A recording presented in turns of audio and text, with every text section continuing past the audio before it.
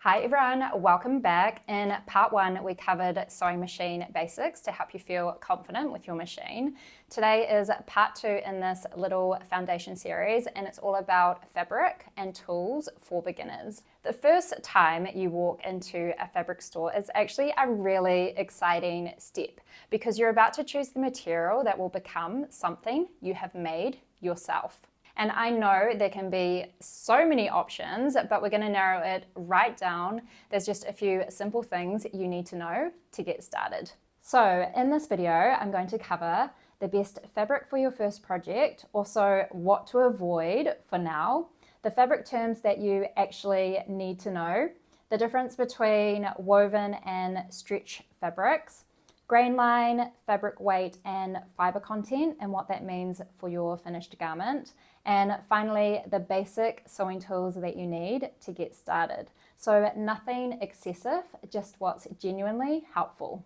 If you're brand new to sewing and you're about to start your first pattern, this whole process will make everything feel so much more approachable. So let's get started and look at the fabric. The best fabrics for your first projects.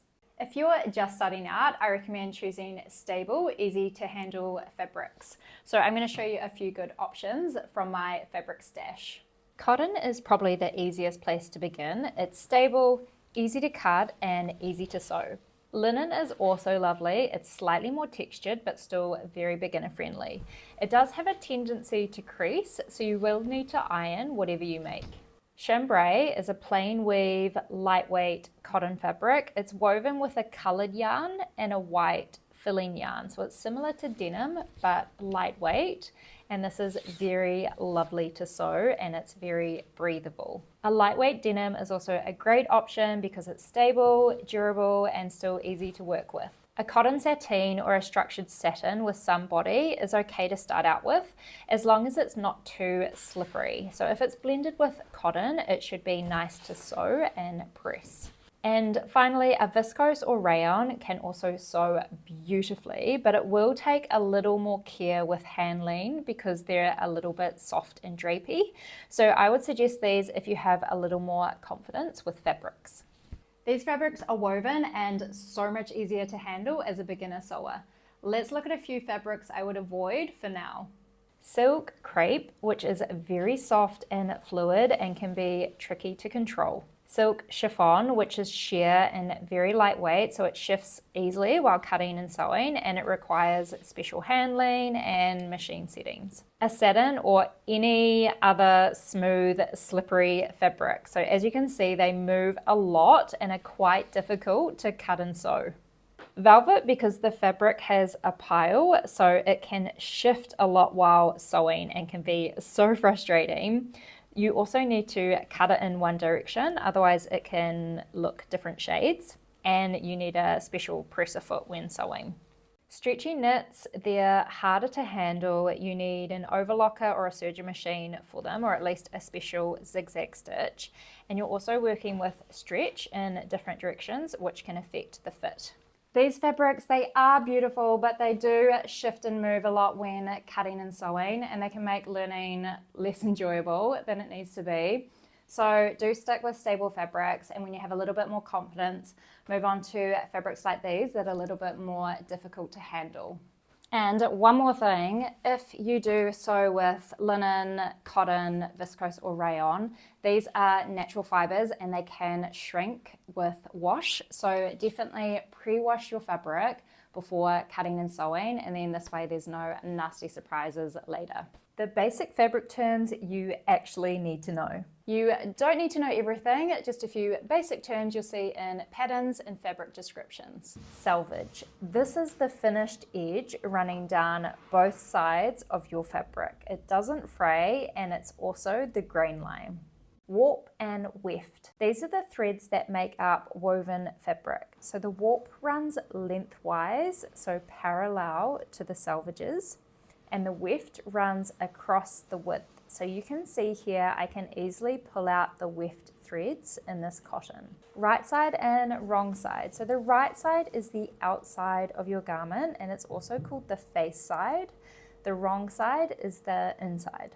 With printed fabric, it's usually quite obvious. The right side looks brighter and more vibrant.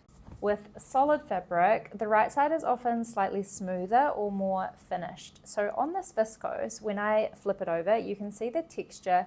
It almost looks like it's facing the wrong direction. And that's usually a good clue you're looking at the wrong side. On corduroy, for example, the rigid lines are the right side. That's the fabric's feature. The smoother side is the wrong side. You can also check the selvage if you're ever unsure. So look at the tiny puncture holes along the edge, and the smooth side is usually the right side. And sometimes both sides look exactly the same, and that's completely fine. Just choose one side to treat as the right side and stay consistent. And that's all the terms you need to begin. It's really helpful to understand the difference between woven and knit fabrics. Woven fabrics are made by weaving threads over and under each other. So they're structured and usually don't stretch. For example, cotton poplin, linen, denim. So knit fabrics are made from looping threads together. They stretch naturally because of those loops. For example, jersey, rib knit, and interlock. Quite often you will come across a stretch woven, and that's when a small amount of elastane has been woven in to the fabric. So it's still a woven fabric, it just has a little bit stretch to it. So here's an example, it's a stretch cotton. And usually the stretch is across the fabric. This type of fabric is actually really nice to wear because it stretches with movement. So it's really good for tight fitting garments where you've got a close fit, yet you want ease and comfort. So when you're choosing fabric, just be aware if it's a woven or a knit or how much stretch it has, because it will affect the garment, how it fits, how it wears, and how it sews. Now let's talk about grain line, fabric weight, and fiber content and what they mean for your garment. So as mentioned before, the grain line runs parallel to the selvage, so along the length of the fabric. And fabric is generally more stable in this direction and usually has a bit more movement across the width. So because fabric behaves differently depending on direction, cutting off grain can cause a garment to twist or hang unevenly. We'll cover more of that in part 3. Fabric weight and drape. Fabric weight refers to how heavy or light the fabric feels, and weight directly affects how it behaves. So lightweight fabrics are soft and airy. They're great for blouses and summer garments. Sometimes they can be quite sheer. Midweight fabrics are more versatile, so ideal for dresses, shirts, and trousers. Heavyweight fabrics are thick and structured and better suited to jackets or coats. This also connects to drape as well, which is how the fabric falls. So some fabrics are more crisp and structured, while others are more soft and drapey. So for example, cotton poplin, it doesn't have a huge amount of drape to it. Let me show you. You can even hear it, like it doesn't sound soft. Then you have linen, which has a little bit of softness to it, yet it's still structured. Linen's actually a really interesting fabric because the more you wear and wash it, the softer it will become. Sometimes you can find a stone-washed linen, which is basically linen that then goes through another process to break down the stiffness and soften the fibers. And it means you just get a more lived-in, like softer hand feel to the linen. I absolutely love it, and it would be a really good beginner-friendly fabric as well. And this is viscose, so a fabric that has a lot of drape. It is soft, it's fluid, and it just hangs so nicely. Now finally, let's quickly talk about fiber content before moving on to the sewing tools. I'll pop a simple chart on the screen for you here.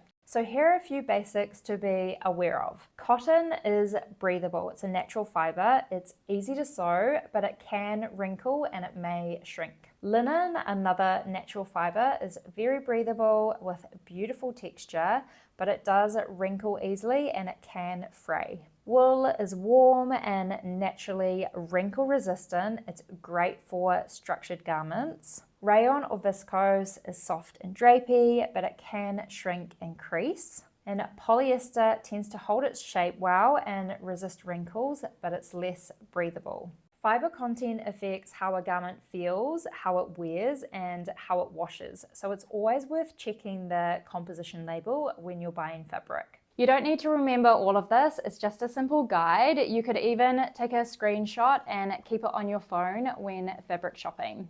Now, let's keep this really simple. These are the basic tools you actually need to get started, nothing more. Fabric scissors, use these only for fabric. Do not cut paper with these. Small snips or pointy scissors for unpicking and trimming threads. You need pins for holding your fabric together. These are on a handy magnet. A measuring tape, you definitely need this. You'll use this all the time. This one's quite handy. It has centimeters on one side, inches on the other. And something to mark on your fabric. I use a heat erasable pen every time I sew. You can also use a pencil if you mark lightly on the wrong side. And of course, there's tailor's chalk as well. You need an iron and ironing board because pressing as you sew makes everything look clean and professional. And that's it. You don't need every gadget in the fabric shop, just a few reliable tools to get you started. And that's the fabric and tools covered. So now you know what to choose, what to avoid, and why fabric behaves the way it does. In part 3, we're going to look at reading a pattern, laying the fabric out, and cutting, so you'll feel completely ready for your first garment.